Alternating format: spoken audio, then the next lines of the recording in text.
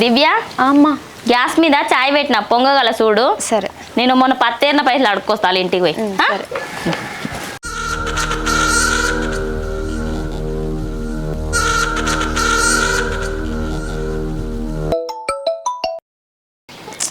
నీకు ఊరికే ఫోన్లు మెసేజ్లు చేయకని ఎన్నిసార్లు చెప్పాలి? ఇంతకుముందే మా అమ్మ తిట్టింది. ఎన్నిసార్లు చెప్పినా ఒకటి కాకుండా ఒకటి చేస్తూనే ఉంటావు.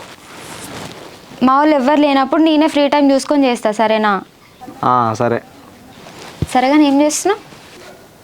ఏం లేదు. మా అత్తమ్మ ఏం చేస్తుంది? కూర వండుతుంది. ఏం కూర? పచ్చి పులుసు. నాకు తీసుకురావా మరి? చెంబులో పోసుకురావన్నా? చెంబులో తక్కువ అవుతుంది కావచ్చు, బిందెలే తీసుకురా, బాగుంటుంది. సరే సరే సరే కానీ చాయ్ తాగినావా? లేదు, ఇంకా తాగలే. అమ్మ ఇప్పుడే పెట్టి బయటికి వెళ్ళింది. అవునా? నువ్వు తాగినావా? తాగినా. సరే కానీ ఇవాళ ఖాళీగానా? ఇప్పుడైతే ఖాళీ. సినిమాకు పోవమ్మా? ఏంది సినిమాకా?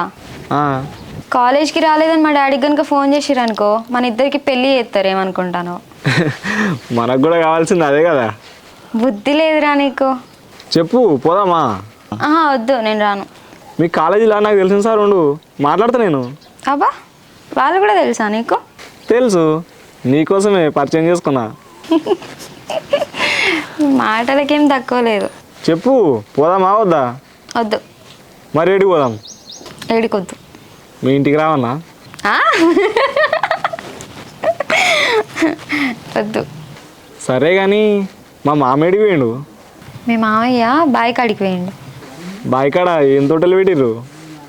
ఇప్పుడైతే పచ్చిమిర్చి తోట పెట్టిర్రు. ఇంకేమో ప్లానింగ్లు ఉండొచ్చు. ఇంకా చెప్పు మరి. చెప్పు. ఏదో ఒకటి చెప్పవచ్చు కదా. చెప్పు, నా దగ్గర ఏం లేదు. నువ్వే చెప్పు. నువ్వే చెప్పు. చెప్పే. చెప్పురా.